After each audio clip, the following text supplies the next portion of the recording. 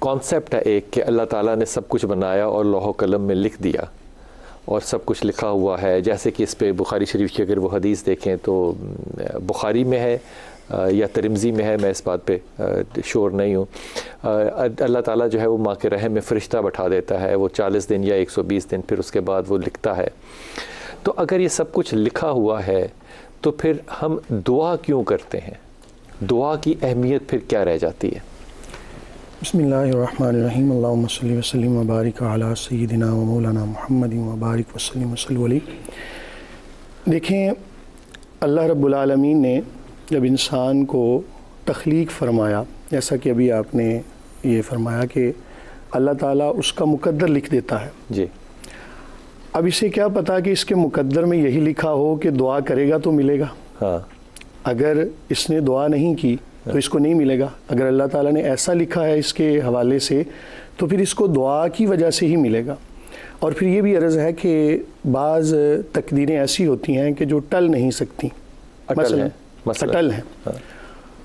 موت کا وقت ہے, پیدا ہونے کا وقت جی ہے. پیدا ہونے کا وقت ہے. اسی طرح اور چیزیں ہیں وہ اٹل ہیں, ان کو بدلا نہیں جا سکتا.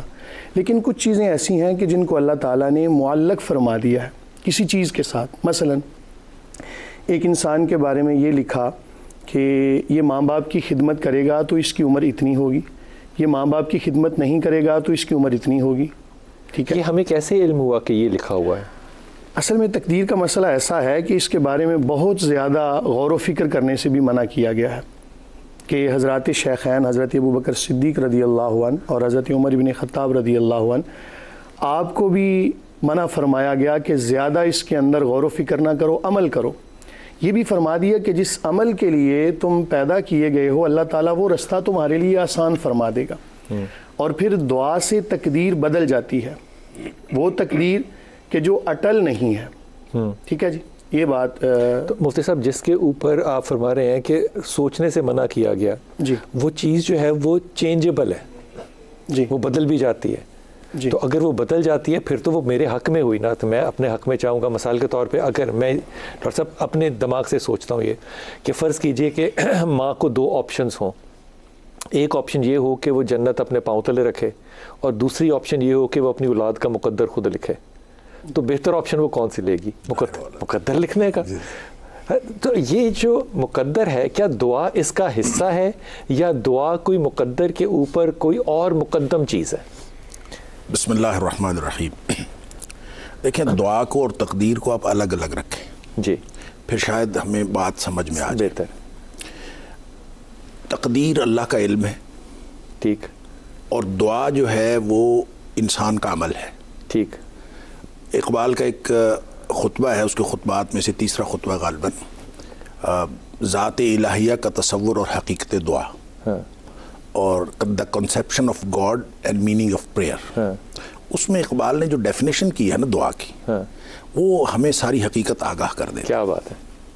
اقبال ڈیفینیشن یہ کرتے ہیں کہ دعا انفرادی ہو یا اجتماعی, دعا انفرادی ہو یا اجتماعی, انسانی ضمیر کی نہایت درجہ پوشیدہ آرزوؤں کی ترجمان ہے. کیا بات ہے یار, کیا بات ہے. نہایت درجہ آرزوؤں کی ترجمان ہے کہ کائنات کے ہولناک سکوت میں وہ اپنی پکار کا جواب سن سکے. واہ واہ واہ واہ واہ. اب اس میں وہ ساری کہانی آ جاتی ہے کہ دعا ہے کیا چیز.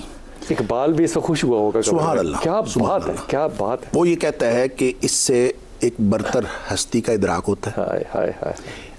نفی ذات اس بات ذات میں بدل جاتی ہے. واہ. انسان کو اپنے وجود کا احساس ہوتا ہے. اچھا, یہاں بھی توحید آ گئی نا, معرفت الہی حاصل ہوتی ہے. معرفت الہی آ گئی. ظاہر ہے آپ جس کو پکار رہے ہیں اس کو پہچانتے ہیں تو پکار رہے ہیں نا. واہ.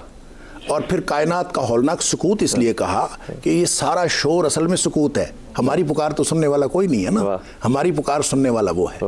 لہٰذا جب اس ہولناک سکوت میں آپ دعا کرتے ہیں اور آپ اس بات کا یقین رکھتے ہیں کہ میری سننے والا کوئی ہے اور وہ میری پکار کا جواب دے رہا ہے.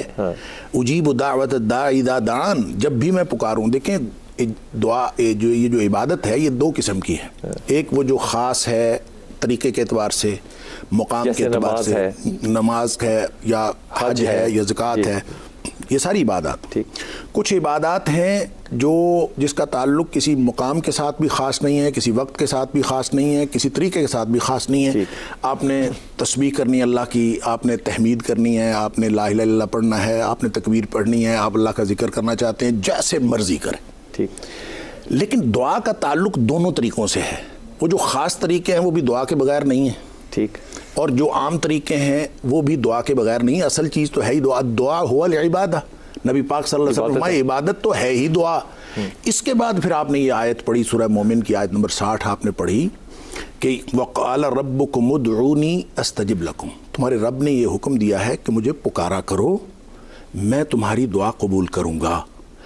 إِنَّ الَّذِينَ يَسْتَكْبِرُونَ عَنْ عِبَادَتِي سَيَدْخُلُونَ جَهَنَّمَ دَاخِرِينَ.